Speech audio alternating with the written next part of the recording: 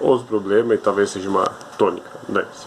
Vamos lá. Então, reforçando, a Federação Brasileira é composta de 27 unidades, sendo 26 estados e um Distrito Federal, né? E como que o Brasil se organiza política e administrativamente? Né? Então, o Brasil ele compreende a União, os estados, o Distrito Federal e os municípios, todos com certa autonomia.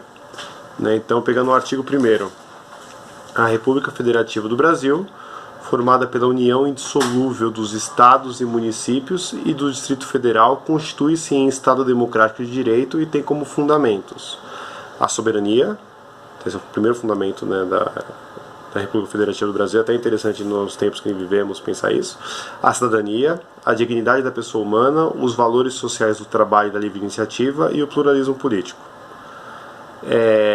Em parágrafo único em seguida vem a Constituição nos diz que todo o poder emana do povo e que o exerce por meio de representantes eleitos ou diretamente, nos termos dessa Constituição. Eleitos é via eleição, se elege deputado, senador e tal, e diretamente através de plebiscito, que o Brasil não usa muito, mas alguns países como Suíça ou Venezuela usam bem mais.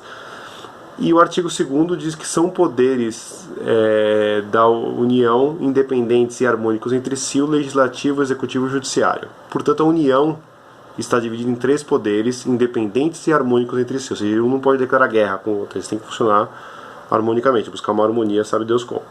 O Legislativo, que elabora leis, e em tese onde está mais representados os anseios do povo, porque é a maior quantidade de gente que trabalha nesse poder. O Executivo, que atua na execução de programas ou prestação de serviço público, que vai executar as coisas, e o Poder Judiciário, que soluciona conflitos entre cidadãos, entidades e o Estado. No caso do Brasil isso é bem didático, porque tanto a sede do Legislativo, quanto do Executivo, quanto do Judiciário brasileiro estão numa praça chamada Praça dos Três Poderes na capital. Isso é bem mais fácil. Dá para entender com bastante clareza.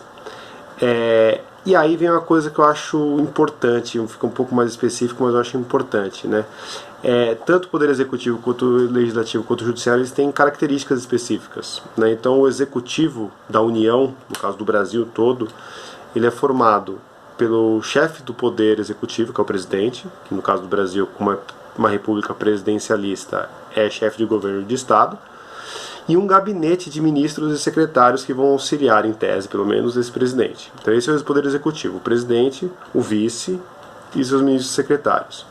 O Legislativo brasileiro, ele é composto pelo Congresso Nacional, que é um congresso bicameral, ou seja, tem 2 câmaras. Uma Câmara dos Deputados, que são 513 membros, eleitos por estados e mais ou menos proporcional pelos habitantes. Então o estado que tem mais deputados é São Paulo, que tem menos é Roraima.